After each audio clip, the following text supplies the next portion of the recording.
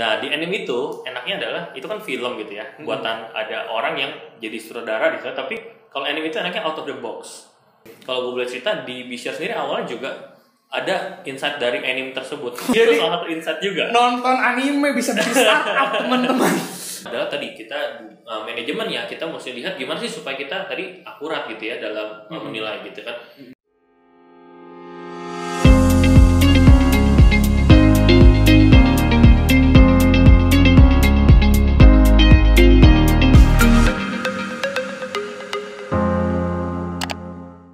Halo rekan Aludi, sebelum nonton video ini, wajib diingat apapun yang dibicarakan di channel ini merupakan pendapat pribadi dan analisa pribadi host maupun speaker. Oke semuanya, halo, balik lagi di podcastnya Aludi hari ini. Hari ini ada Devin. Jadi hari ini kita datangkan tamu, salah satu penyelenggara kita itu adalah Bro Vincent dari Bisher. Halo. Halo bro. Bro, halo bro. Oh halo Bro, iya. Ya. Jadi Bro, gimana bro hari ini? Sehat? Sehat. Sehat ya. Kantornya jauh ya bro ya? Oh kantor kita di Menteng. Oh Menteng Iya lumayan dekat. lumayan. Tapi itu masih WFH semua sih. Oke. Tadi macet gak kesini? Agak sepi kebetulan. Agak sepi ya? Iya. Oke. Jadi Bro Vincent ini adalah co-foundernya dan juga sekarang CEO ya dari Bisher. Betul. Jadi penyelenggara kita gitu. Nah boleh bro ceritain dong sedikit mengenai profilnya Bisher dan juga mungkin inspirasi bro kenapa akhirnya bro kayaknya security crowdfunding oke nih ya bisa digarap gitu. Nah gimana? Oke, ya jadi sebenarnya awal mulanya itu kita start di 2017 gitu. Jadi awalnya gue sendiri juga investor juga di berbagai bisnis gitu ya, franchise, kemudian minimarket dan UKM lah gitu ya. Nah waktu itu gue juga start mulai itu 2016 nggak punya duit yang banyak lah untuk mulai invest, karena biasa kalau kita mau mulai invest tuh butuh modal kan ratusan juta sampai 1 miliar kalau kita mau bikin sebuah bisnis gitu ya. Nah dari situ gue ajak nih teman-teman yang lain untuk yuk ikutan join bisnis bareng gue gitu kan. Nah dari sana kepikiran kenapa enggak kalau konsep ini kita bawa bukan buat teman-teman kita aja nih, tapi buat seluruh masyarakat Indonesia bisa ikutan dan lebih banyak bisnis yang bisa kita bantu gitu. Jadi dari sana gimana nih caranya? Ya udah kita bikin platform gitu. Bisher waktu itu equity crowdfunding, bahkan ceritanya dulu belum ada tuh yang namanya istilah equity crowdfunding gitu. Oh iya.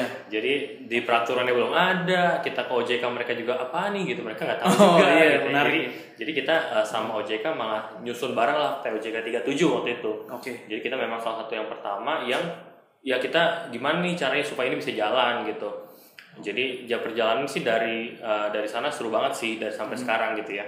Oke. Menarik ya bro. Untuk sekarang sendiri kalau dari Bisher sendiri udah bagaimana perkembangan dari Bisher sendiri? Apakah udah berapa banyak penerbit gitu-gitu? Saat ini kita sekarang penerbit udah sekitar 56 ya, 56 penerbit. Total disbursement dananya udah hampir 50 miliar sejauh ini. Dan investor kita terdaftar itu sekitar 75.000 di seluruh Indonesia gitu. Oke. Gitu sih. Mungkin kalau dari aku sendiri ya, mungkin kalau dari saya sendiri saya mau nanya sih, fenomena startup ini kan lagi rame banget ya. Semua orang berbondong-bondong bikin startup gitu kan, termasuk ya mungkin di sini bro juga startup gitu.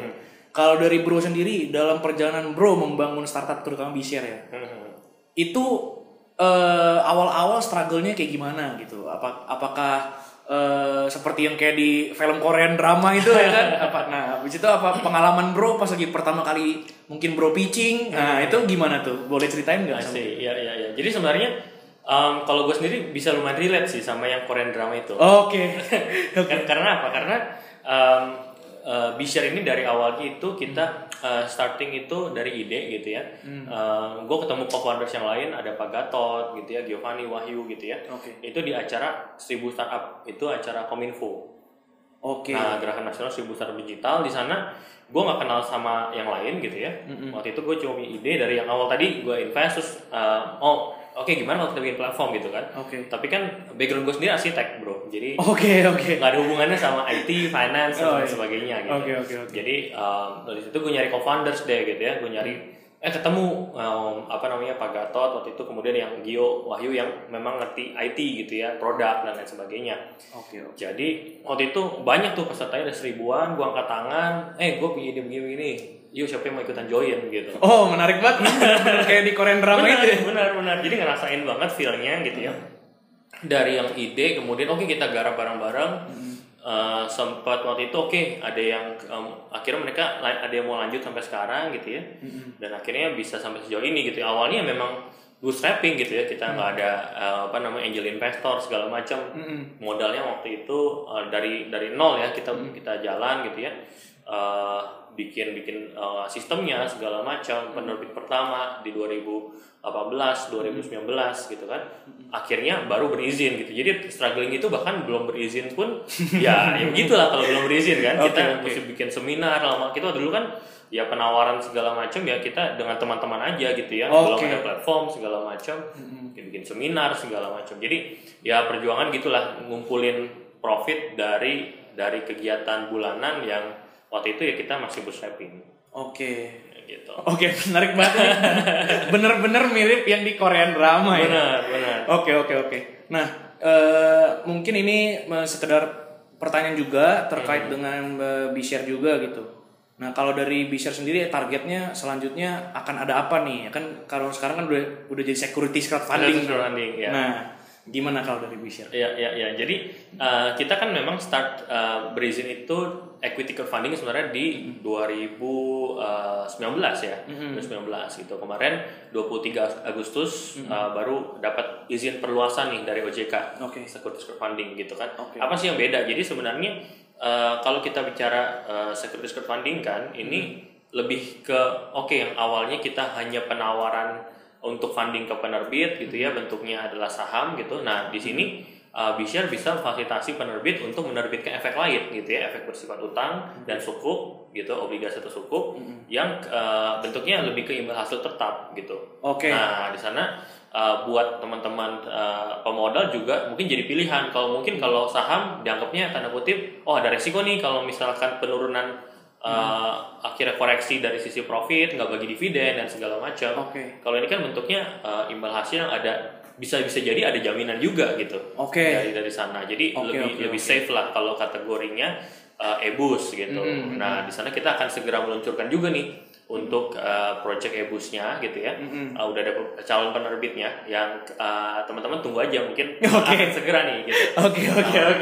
Ya, menarik ya. Jadi, mungkin ini sedikit nanya aspek yang tadi kan lebih ke industrinya gitu. Mungkin sekarang lebih nanya ke kalau dari Bro sebagai Bro pribadi gitu ya, menjalankan startup gitu kan. Ini karena berhubungan dengan Korean drama tadi. Pengalaman Bro nih pertama kali pitching, apa yang Bro rasakan? Pressure apa yang Bro rasakan? Apakah Bro bingung gitu kan? Apa Bro kalau dari Bro perasaan apa yang Bro rasakan pas itu? Pitching pertama kali waktu awal banget itu. Waktu itu modal pede aja sih gitu. Karena gue mikir kalau misalkan sekarang gue nggak angkat tangan gitu bakal susah karena itu ribuan orang di situ. Gimana caranya kita bisa nyari teman di situ ribuan orang? Mau nggak mau gue mesti angkat tangan gitu kan. Angkat tangan maju ke depan. Gue ceritain waktu itu cuma 1 menit gue boleh pitching. 1 menit jelasin. Singkat sekali ya 1 menit. 1 menit jelasin apa itu B-Share, gimana konsepnya segala macam. Akhirnya bisa banyak yang tertarik akhirnya bagus juga nih kayak pasar modal tapi untuk UKM gitu kan. Jadi zaman dulu itu apaan nih gitu, jadi masih sangat baru banget sih gitu. Menarik sih Bro, saya mau nanya trivia aja sih, kenapa milih namanya B-Share? Apakah arti belakang B-Share itu? Iya. Jadi B-Share itu sebenarnya kita nyarinya waktu itu bisnis dan sharing sebenarnya. Karena kita kan sharing bisnis kan. Joinan bisnis gitu kan. Jadi bisnis sharing itu bis kan bisnis kan sebenarnya singkatannya. S-nya gue hilangin jadi B-Share gitu. Nice. Kalau ada Z sama S kan aneh kan. Kekinian. Nice. Itu berkaitan dengan trivia dari B-Share sendiri ya. Ini informasi baru nih. Jadi saya juga baru tahu. Oke. Terus mungkin ini kan berhubungan kenapa saya akhirnya nanya pitching ya. Karena kan balik lagi di sini kan ada banyak berbagai macam penerbit. Ya pastinya kalau datang ke penyelenggara ada pitchingnya dong. Iya. Nah kalau dari Bro nih, Bro bisa nggak ceritain sama kita prosesnya seperti apa? Itu yang pertama. Yang kedua syaratnya seperti apa? Bagi teman, karena kebetulan ya target pendengar kita teman-teman yang mau ini juga ya, yang calon-calon juga. Ya gitu. Nah itu jadi syaratnya apa-apa aja. Dan yang ketiga apa-apa aja sih yang mesti disiapkan gitu. Walaupun disiapkannya itu bukan cuman berkasnya aja, tapi maksudnya secara mental pas lagi presentasinya juga. Nah itu juga boleh tips and tricksnya lah. Gitu gimana bro? Ya. Jadi kalau mau pitching atau jadi penerbit gitu ya, tentunya kan secara dokumentasi itu mesti menyiapkan ya kayak finansial, laporan keuangan biasalah laporan keuangan, kemudian rencana penggunaan dana gitu kalau finansial. Kalau legal pasti kan legalitas ya, akta PT, CV segala macam, rekening koran kita cek juga gitu ya, kemudian legalitas lah usahanya gitu ya. Nah kalau dari sisi ebusnya mungkin ada tambahan kayak misalnya slick itu memperkuat juga, kalau ada jaminan juga landasan project gitu ya, jadi ada perjanjian PKS dengan siapa namanya yang punya project, jadi kan udah tahu nih ada yang udah mau bayar dan lain sebagainya, jadi lebih aman lah, kita akan cek sampai projectnya, ada kewajiban juga di POJK kan. Gitu. Nah tapi kalau dari sisi khususnya pitching sendiri gitu ya, nah jadi kita akan biasanya kalau penerbit itu yang penting harus menguasai bisnisnya luar dalam. Gitu. Jadi ketika berhadapan dengan investor gitu ya, misalkan di dalam forum pitching ataupun ditanya-tanya untuk grup diskusi gitu ya. Jadi mereka bisa menjawab dengan baik, transparan, yang paling penting orang akan melihat bagaimana nih penerbit ini yakin nggak gitu ya dengan angkanya, udah ngerti belum jangan-jangan angkanya ini mereka nggak tahu nih timnya doang yang ngerjain, ownernya nggak ngerti gitu kan. Padahal itu kan yang harus dikuasai sepenuhnya oleh owner dan meyakinkan investor gitu kan. Karena kalau penyelenggara kan kita lebih ke sifatnya adalah menghubungkan ya antara penerbit dengan pemodal atau investornya. Gitu. Jadi mereka harus bisa meyakinkan investornya lah kayak gitu. Menarik banget ya. Kalau sebenarnya kalau dari saya juga mau nanya gitu kan, terutama untuk bisnis owner lah, entah itu bisnisnya startup kayak franchise kayak pokoknya segala jenis bisnis lah. Ada beberapa sih yang mau ditanyain. Ini kalau dari pribadi gitu. Yang pertama, lebih baik kita bisnis kalau dari bro sendiri ya, ini personal style-nya, taste-nya bro ya, lebih demen sendiri atau tim gitu kan. Itu yang pertama. Yang kedua, kalau tim, kira-kira kriteria co-founder tuh checklistnya apa aja kalau dari bro gitu kan. Let's say anggapannya gini aja bro, kayak bro mentorin saya, ceritanya saya lagi mau bikin satu startup, karena mungkin nanti pendengar akan merasa ini bisa dari podcast ini bisa berasa kayak kita habis dimentorin sama bro Vincent gitu ya. Jadi kenapa checklistnya apa aja nih pilih co-foundernya gitu kan. Terus untuk memunculkan ide itu seperti apa? Ya kan kayak saya kebetulan kan baca bukunya Peter Thiel ya, Zero to One. Nah, itu kan diceritain ya. Nah, kalau dari versinya bro sendiri nih, munculin idenya, ketemu co-foundersnya, sampai akhirnya nge-build yang awalnya raba-raba, sampai wah ini udah jelas nih yang kayak gini nih. Ya kan? Sampai nanti eksekusinya nih. Nah, itu kalau dari bro kriterianya apa-apa aja nih kalau dari bro? Berarti ide sama co-founder ya? Ide co-founder. Jadi kalau ide itu biasa sumbernya dari macam-macam sih kalau gue sendiri ya. Jadi banyak baca buku juga, nanti ada beberapa insight gitu ya, baca buku. Sama kalau gue demen nonton anime sih. Jadi anime ini gue tiap minggu hampir tiap minggu weekend gue nonton gitu. Nah di anime itu enaknya adalah itu kan film gitu ya, buatan ada orang yang jadi sutradara di sana, tapi kalau anime itu enaknya out of the box. Gitu. Kalau kita film syuting kan harus ada orang realnya. Kalau itu kan dia bisa dibuat gitu kan. Jadi idenya tuh bisa luas banget. Bisa gitu. Wild banget juga. Gitu. Jadi kalau gue boleh cerita di Bishare sendiri awalnya juga ada insight dari anime tersebut. Menarik. Anime apa yang jadi insight? jadi ada anime namanya Log Horizon. Log Horizon ini ceritanya ada orang yang di kehidupan nyata terus tiba-tiba masuk ke dalam dunia alternate dimension gitu. Di mana di sana itu dia berhasil meyakinkan orang untuk membeli sebuah bank beserta gedungnya dengan konsep dia meyakinkan orang patungan dan lain sebagainya. Menarik banget ya. Jadi itu salah satu insight juga. Nonton anime bisa bikin startup teman-teman. Menarik banget ya. Itu ide ya. Ide. Sekarang co-founder. Jadi kalau co-founder ini, kalau gue sendiri sarankan adalah gue lebih suka bisnis itu kolaborasi sih sebenarnya. Karena kalau sendiri kita pusing sendiri. Gue dulu udah pernah bisnis sendiri juga. Sebelum di share, gue punya e-commerce, jualan segala macam. which is okay. Tapi begitu kita mau scale up, memang akan ada banyak, karena kan waktu itu tetap sendiri gitu kan. Kalau kita hire pun jadi karyawan, bukan banyak founders yang bantuin mikirin pengembangan perusahaan gitu.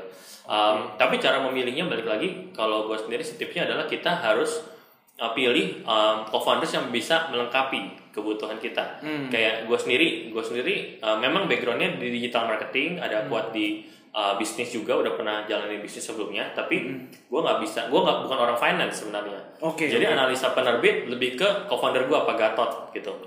Jadi dia S2 Master of Finance gitu kan, di UI gitu ya, dia udah pernah kerja di perusahaan TBK segala macam, di direksi juga. Jadi pengetahuan jam terbangnya bisa di sana. Kemudian Giovanni sama Wahyu juga latar belakangnya teknologi, produk gitu ya. Jadi bisa merealisasikan ide tadi gitu. Jadi kalau gue bayangkan kalau gue tanpa mereka gitu ya, ini cuma sekedar ide yang tidak akan terrealisasi gitu. Karena nggak bisa tuh jalan kalau nggak ada eksekutornya dan tim yang istilahnya kalau kita bilang namanya vision mastermind, ini orang di balik layarnya ini orang-orang hebat semua istilahnya gitu. Menarik. Oke nih, bro, ada lagi nih bro ya, pertanyaan. Tadinya sebenarnya kalau kita ngomongin terms of reference-nya, kita ngomongnya sebenarnya nggak sedalam ini harusnya. Ini udah bercabang nih. Ini dari sayanya sendiri juga jadi banyak mau nanya gitu. Iya, oke nih, kalau dari bro sendiri, bro kan backgroundnya dulu arsitek. Kebetulan saya juga backgroundnya teknik sipil. Tim konstruksi ya. Dia sama dong tim tukang bangunan. Iya. Jadi mindset apa yang co-founders itu harus punya, padahal dia backgroundnya bukan di situ gitu loh.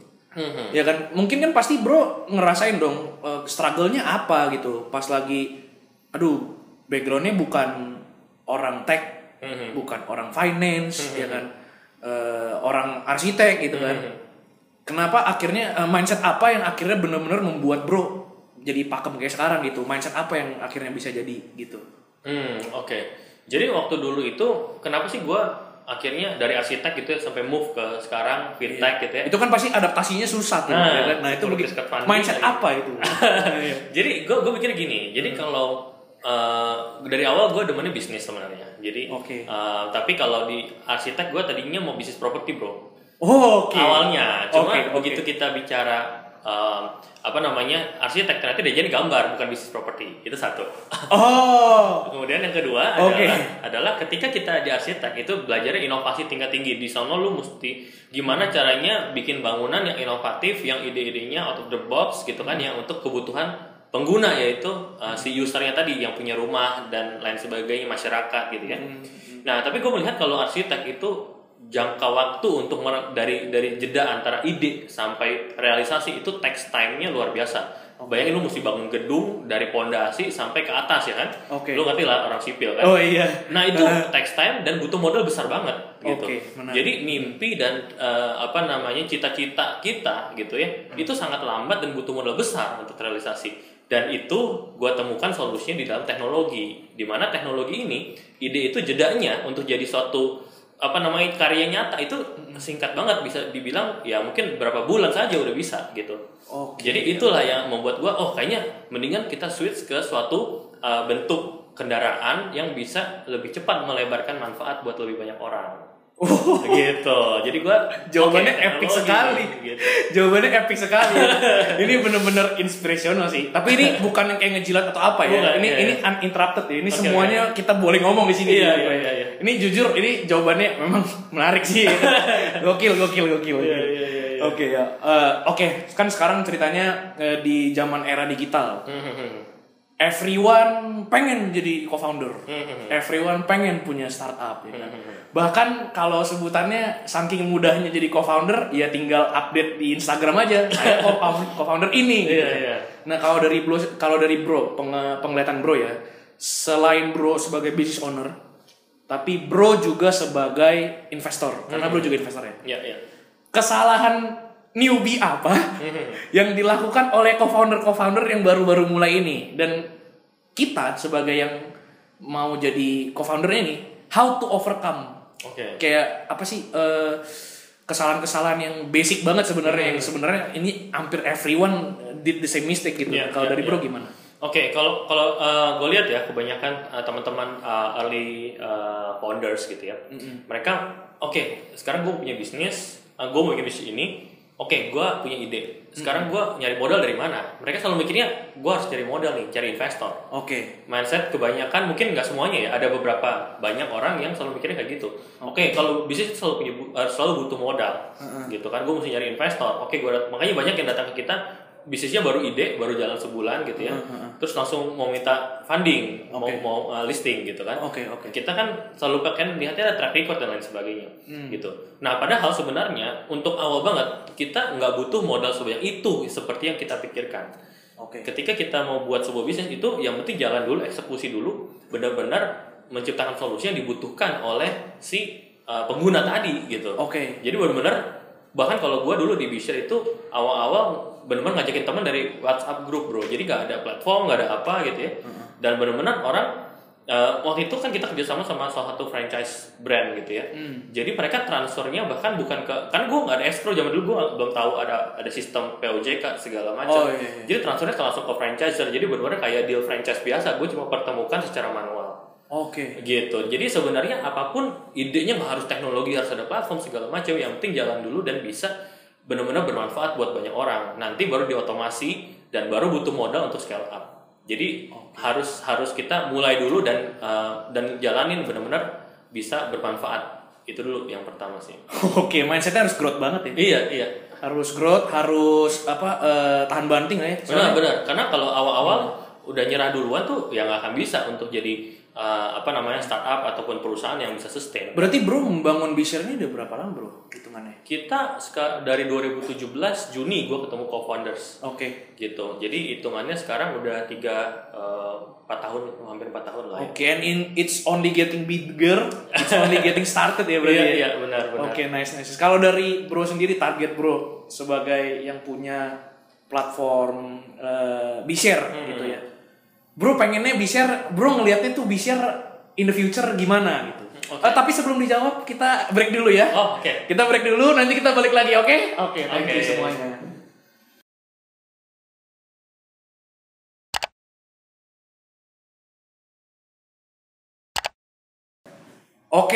Balik lagi di podcast. Tadi terakhir kita ngomongin bro sebagai business owner, sebagai investor juga, bro dreamnya ngelihat Bishare nih gimana bro? Mungkin 10 years from now, what can you expect gitu? Ya. Sebenarnya dari awal kita punya mimpi sih, bahwa sebenarnya tujuan kita membuat securities crowdfunding kan untuk tadi demokratisasi lah ya, untuk investasi dan lain sebagainya. Nah untuk 10 tahun ke depan sih kita expect-nya nggak cuma di Indonesia bro. Nice. Kita going internasional gitu. Jadi bayangin kalau penerbit kita bisa diinvest sama bule-bule gitu ya. Ataupun kita bisa invest ke perusahaan bule gitu kan. Jadi kita akan bikinin borderless gitu ya, satu dunia. Bisa bayangin bule-bule di Amerika bisa invest restoran Padang sederhana misalnya. Luar biasa. Jadi kita mau bikin ekosistem nih, ekosistem bisnis dan investasi. Ya harapannya kita menjadi yang terbesar di Asia Tenggara dulu. Habis itu sekalian kita go internasional di 10 tahun. Kemudian ya IPO pastinya. Oke, menarik ya. Kalau dari bro nih, tadi sebagai cita-citanya bro di Bishare gitu. Sekarang kita udah agak off track dikit ya. Karena kita uninterrupted. Jadi semuanya boleh ceritain. Kalau dari bro sendiri, bro pertama kali mulai investasi dari kapan bro? Investasi itu SMA awal. SMA itu pertama kali invest apa tuh? Gue waktu itu kan jualan pulsa tuh waktu zaman SMA. Jualan pulsa, gue ada dana dikit keuntungan, gue masukin deposito. Karena waktu itu gue ngerti deposito. Gitu. Jadi dari SMA udah deposito. Ya. Kalau dari bro sendiri nih, saran bro untuk temen-temen yang seumur saya ya, seumur saya yang umur baru lulus gitu kan. Tips-tipsnya apa? Contohnya nih, Bishare, banyak dong penerbit. Tips-tipsnya apa untuk memilih penerbit ini? Contohnya itu kalau yang langsung ke platform gitu. Nah itu yang pertama, sama mungkin tips-tipsnya yang lain itu maksudnya nggak cuma soal tipsnya kita due diligence gimana, tapi kayak gimana caranya kita bisa ngelihat ini co-foundernya oke atau enggak, reputasinya oke atau enggak. Nah itu cara kita background checkingnya kalau dari bro gimana, kasih tips ke kita. Jadi yang paling penting itu kita harus lihat dari industrinya dulu bro. Jadi penerbit kan banyak nih gitu kan. Jadi ada yang F&B, ada yang kesehatan, ada yang retail gitu kan. Nah itu juga timingnya mesti tepat ketika kita mau invest gitu kan. Ada teman gue juga investor juga gitu ya. Dia invest di investor division juga gitu. Dia invest nih sebuah penerbit yang ini adalah F&B gitu. Tapi waktu itu memang momennya detik-detik yang pada saat antara peralihan antara COVID baru masuk Indonesia. Gitu ceritanya. Jadi waktu itu penerbit itu bagus, well known banget gitu ya. Dan track recordnya juga oke gitu ya. Tapi memang timingnya waktu itu memang lagi kaget gitu ya, Indonesia kan lagi kaget gitu ya. Akhirnya performance-nya nggak bisa semaksimal yang sebelumnya gitu. Jadi itu timing kalau kita bicara timing gitu ya. Kemudian yang kedua adalah tadi kita manajemen ya, kita mesti lihat gimana sih supaya kita tadi akurat gitu ya dalam menilai gitu kan. Nah biasanya apapun yang nggak cuma di Vision ataupun di seluruh investment yang ada, instrumen investasi, kita harus tahu dulu nih detailnya seperti apa gitu ya. Detailnya, manajemen perusahaannya, kemudian track record historicalnya, latar belakangnya, dan apa sih visinya ke depan gitu. Nah untuk perusahaan ini gitu. Dan nanti di sana kalau kita udah tahu nih, saya tertarik nih bisnisnya manajemennya bagus. Nanti baru invest, dan itu juga jangan langsung taruh modalnya langsung blok semuanya di situ gitu. Jadi dengan adanya security crowdfunding sebenarnya dengan mudahnya kita bisa diversifikasi bro. Diversifikasi kita tadi punya uang 100 juta, mending kita invest 10 juta di 10 bisnis. Jadi 10 bisnis ini adalah bukan cuma 10 penerbit yang kita hitung gitu ya, tapi lebih ke kita punya outlet misalnya, atau kita punya bisnis itu jadi macam-macam. Gitu. Satu lokasi ternyata kurang kita punya 9 lokasi lainnya. Industri lagi kurang kita punya industri lain yang lagi naik. Karena di setiap krisis itu selalu ada yang naik, ada yang turun. Nah, gimana cara kita ngakali? Kita harus ambil average, bro. Kita invest di banyak tempat dengan supaya dia namanya diversified the risk kayak gitu. Berarti time and management ya? Iya, betul. Yang pertama, bercabang lagi pertanyaannya. Sorry nih, pertanyaannya jadi banyak. How we overcome crazy times gitu. Kayak sekarang kan crazy times nih, kayak pandemic times gitu. How we overcome, ibaratnya tuh kayak beradaptasi dengan situasinya yang sekarang ya beda gitu kan. Kalau situasinya beda tentu style investmentnya jadi berubah gitu. Nah itu yang pertama. Yang kedua terkait dengan manajemen. Ini menarik banget sih sebenarnya buat dibahas. Kalau anak finance biasanya sering dengar good corporate governance. Nah kalau dari bro sendiri nih, bro bisa ceritain gak sama kita apa sih yang bikin manajemennya UKM sama manajemennya korporat sama manajemennya startup yang tech startup, ya kan? Yang bisnis modelnya beda-beda, apa yang membuat mereka semua unik-unik, ya kan? Dan yang paling penting, bisnis model yang seperti apa yang menurut bro, ini sustainable gitu loh. Karena kan kita pengen ada sesuatu perusahaan yang sampai foundersnya udah nggak ada, itu udah berdiri terus sampai sekarang gitu. Benar. Nah kalau dari bro, dua itu nih. Yang pertama, how we overcome pandemic times. Yang kedua, soal perbedaan manajemennya itu how we spot gitu ya, yang gede sama yang kecil gitu. Jadi kalau untuk pandemik ya, ini kan berlangsungnya bukan cuma di Indonesia tapi seluruh dunia. Gitu. Nah, kacamatanya sebagai investor mindsetnya adalah sebenarnya kita nggak perlu panik gitu ya, karena ini part of the risk sebenarnya yang memang makanya tadi kalau kita udah lakukan yang namanya diversifikasi, kita udah tahu strategi investasinya, jangan jemplungin semua satu gitu ya. Harusnya ini akan berakhir juga pada waktunya gitu kan. Dan sebenarnya ketika yang pertama silakan adalah tetap tenang gitu ya sebagai investor, tetap tenang dan kita berpikir dengan kepala jernih gitu. Misalnya bisnis lagi turun, it's nah itu wajar gitu kan. Asal tadi nyambung ke pertanyaan kedua, yang penting manajemennya valid, manajemennya secara good corporate governance-nya gitu kan. Nah, itu memang salah satu tugas penyelenggara juga untuk due diligence memang gitu ya. Tapi kita lampirkan di sana sesuai dengan kaidah-kaidah yang kita tentukan dan pemodal ini bisa melihat gitu ya secara transparan seperti apa. Nah, untuk kita melihat yang bagus yang mana nih gitu kan.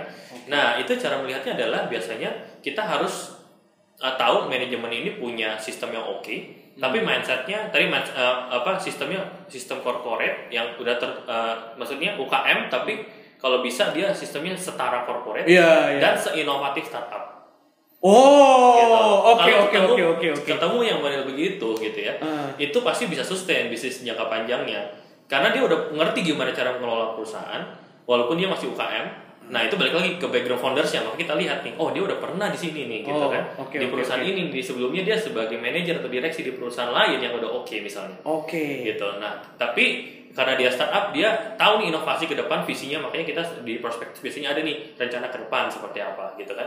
Apakah ini out of the box nggak nih gitu? Jangan-jangan dia dari tadi misalnya dari F&B dia bisa bikin yang standalone misalnya, jadi dia pindah, kemudian bisa ada online yang dikuatin dan lain sebagainya gitu. Nah, itu jadi bisa nih, ini bagus gitu ya. Nah, jadi memang balik lagi tergantung pilihan kita, apakah kita mau nyari yang seperti itu atau memang ada juga tipe penerbit yang dia udah business as usual dan dia safe. Itu juga ada yang kayak gitu, yang brandnya mungkin udah kita kenal di mana-mana. Jadi itu balik lagi ke pilihan kita, mau istilahnya bet for the future atau kita willing untuk yang aman aja nih. Jadi itu preferensi resiko juga beda-beda sih. Risk profile ya? Iya, risk profile juga beda-beda. Itu harus diingat banget. Perusahaan UKM atau UMKM punya manajemen yang kayak korporat tapi kreatif kayak startup. Ini menarik nih. Ini kata kunci yang sangat menarik. Ini saya berani jamin ini tidak ada di podcast orang lain. Ini di podcast ini saja, oke? Oke, menarik ya. Menarik. Oke, jadi kalau dari saya sendiri personally, saya thank you banget sama Bro, udah datang ke sini, udah sharing sama kita. Dan ya sharingnya bukan yang sharing umum-umum gitu ya, sharingnya ya agak nyentil-nyentil insider dikit ya. Gitu. Jadi thank you banget. Kalau dari Bro silakan dong kalau Bro ada pesan sama penonton Bro ya kan, yang pendengar-pendengar UKM, pesan-pesan sama penonton Bro yang investor juga, mungkin di B-Share atau mungkin di ECF gitu ya, di SEF sekarang gitu. Silakan Bro, kasih pesan Bro. Di sini juga Bro. Teman-teman. Nah, buat teman-teman pelaku bisnis UKM gitu ya, SEF ini B-Share ini kita saat ini kan kemarin udah barusan mendapatkan izin resmi dari OJK untuk securities crowdfunding. Jadi kita nggak cuma membuka kesempatan buat teman-teman untuk menerbitkan efek saham gitu ya, tapi juga EBUS, yaitu obligasi atau sukuk. Jadi teman-teman yang punya proyek pemerintah, BUMN gitu ya, perbankan yang butuh tambahan modal kerja gitu ya, yang modalnya ya kira-kira tenornya 2 tahun gitu ya, kita bisa ngobrol. Nanti teman-teman bisa ke website kita di bshare.id. Dan juga kita akan rilis app nih buat teman-teman pelaku bisnis ataupun ke investor juga. Kita akan launching app kita di tanggal 20 September. Jadi bentar lagi. Ini akan jadi acara yang sangat seru gitu ya. Kita akan bikin conference yang cukup besar juga, grand launchingnya, undang regulator. Terus saya diundang nggak? Undang juga. Diundang ya. Kalau pasti kita undang juga. Ya kan, kita akan rame-rame lah gitu. Kita merayakan dan sekaligus sharing-sharing, akan banyak bisnis owner yang datang dan investor bisa langsung ketemu secara virtual ya, kita bikinnya online. Gitu. Jadi teman-teman bisa belajar banyak lah bagaimana pandangan penerbit sukses gitu ya. 20 September ya Bro? 25 acaranya Bro, grand launchingnya. 25 September. Jadi ditunggu 25 September. Saya juga nungguin, saya diundang ye. Thank you banyak. Jangan lupa di subscribe, di like, di follow Instagramnya. Nggak cuma Aludi, B-Share juga tentunya ya. bshare.id. Yes, langsung aja semuanya website-nya dicekin ya. Ingat ya, kita kalau semua berhubungan dengan investasi, dengerin podcast kita oke banget ya. Langsung di follow. Mungkin kalau misalnya ada yang berhubungan dengan B-Share, langsung aja LinkedIn juga boleh, segala macam ya. Boleh. Itu aja untuk hari ini. Thank you banget udah sharing-sharing Bro. Vincent, thank you banget ya. Thank you. Nanti follow gue juga boleh @hendrits_Vincent. Yes, boleh. Langsung follow ya. Thank you banget. Jangan lupa episode selanjutnya nggak kalah seru. Langsung pantengin terus kita. Thank you. Dadah. Buat kamu yang pengen tahu apapun tentang investasi, jangan lupa untuk subscribe dan like video-video kami, supaya kamu selalu update tentang investasi. Jangan lupa share juga ya. See you on the next video.